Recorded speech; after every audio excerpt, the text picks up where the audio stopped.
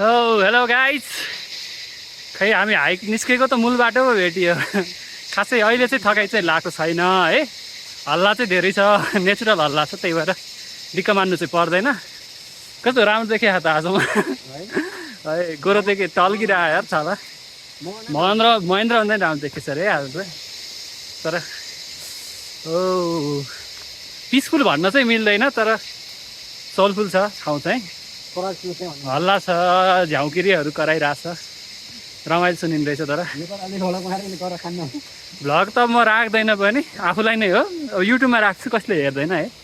यो भए आफूलाई हेर्नुलाई चाहिँ हुन्छ पछि पछि। एकजना यिनी नै होला हेर्नुपर्ने मान्छे पनि, पुरा विदेशी चाहिँ भएर हिँडेका छन्।